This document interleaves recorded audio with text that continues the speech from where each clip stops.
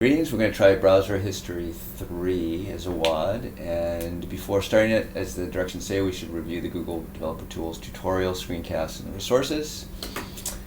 Then we're going to start the timer, and we're creating an Eclipse project, Browser History 3, which is going to hold our stuff. So Browser History 3, and we want to save index from and style from Browser History 2 into it. So let's retrieve that and save as Browser History 3 index file, save as Browser History 3.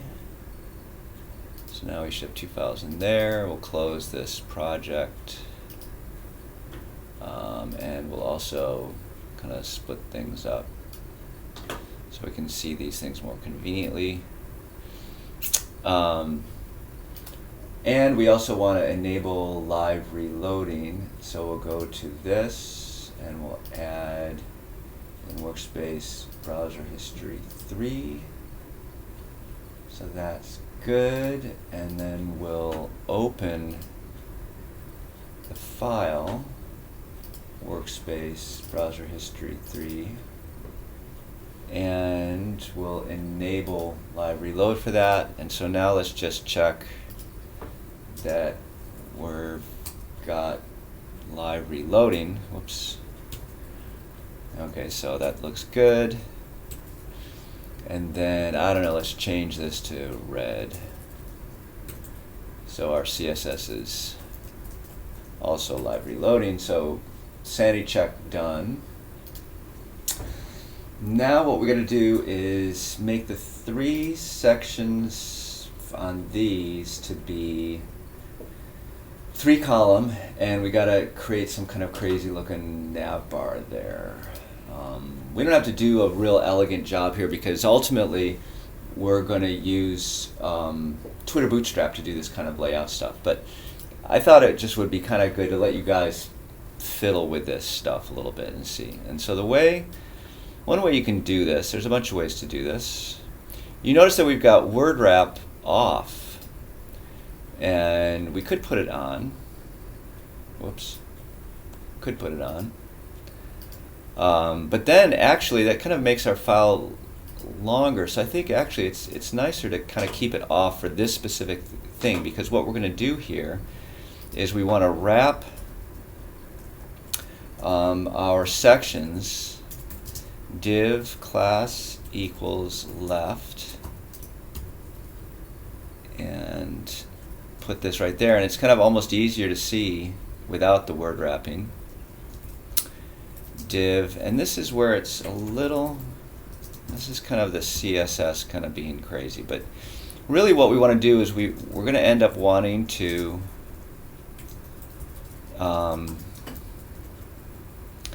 lay the left column, lay the right, and then put the center in between it. So we're actually going to kind of move things around a little bit, but the order in which we're going to format it is this way. So we've established 3 classes, a left, a right, and a center class, and now we have to define those classes in our CSS. And so the left class we'll define as .left. So by virtue of the fact we're using this dot thing, if we don't have a dot, we're talking about an HTML tag. If we do have a dot, we're defining our own class. And then if we have a hashtag, then we're going to be defining something associated with an ID. Okay? But we're going to do classes for this one, and we're going to say that for the left class, we're going to float left, and we're going to keep a width of 300 pixels. And then for the right class, we're going to say float right with a width of 300 pixels. And then for our center class, we're going to say a margin. So what we're going to do is, once we've laid out our left and right, we're going to squish the center one to appear between them. So we'll say margin left of 300 pixels, margin right of 300 pixels. Okay, and let's go here and see what happens when we do that. Okay, so now we've got 3 columns, but we got this kind of, it doesn't look perfect, does it?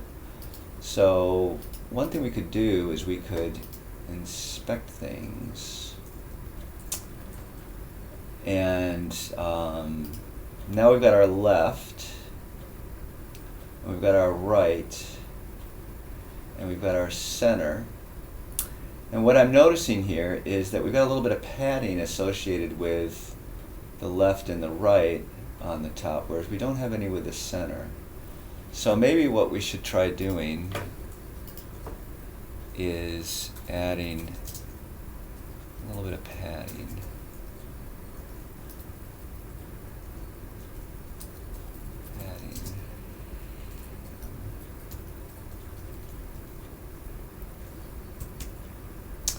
Okay, and having done that, what we see now is we've got that green padding uniformly for each of these guys. And things line up pretty good. Okay?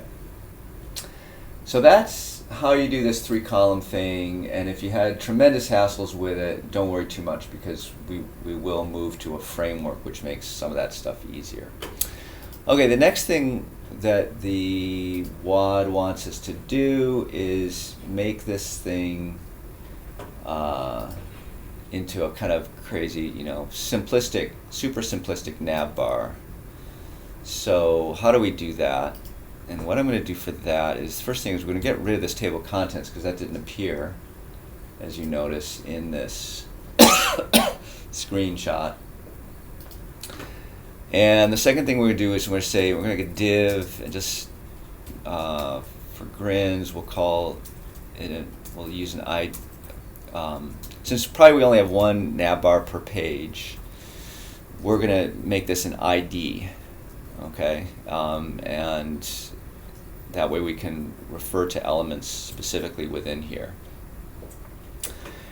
So what do we want to do? Well, let's see. We want to, first of all, we're going to modify our UL tag. And what we want to do is we want to say list style type none. And if you look over here, look at the dots here. That gets rid of the dots.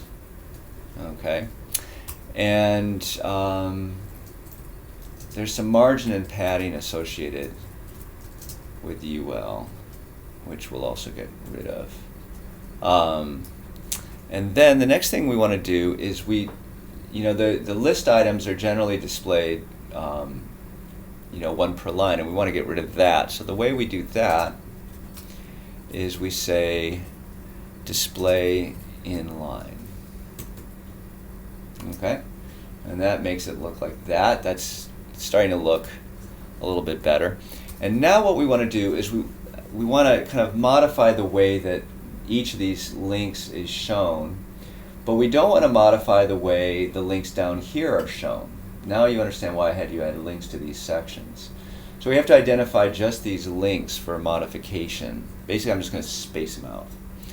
And so the way you do that is you say, I want the links, or the A tags, anchors, only within the nav bar, the div, the element, which happens to be a div whose ID is navbar. Okay, and so within there, what we're going to do is we can just, this is kind of like the silliest way to do it. Margin right, let's just add some, let's add some margin to these guys. And they kind of spread out. Okay, and I don't know, we could make them, you can kind of play around with this to make it spread out just a tiny bit more. There you have it, kind of a nav bar. And we did this in just under 10 minutes, and hope you had fun.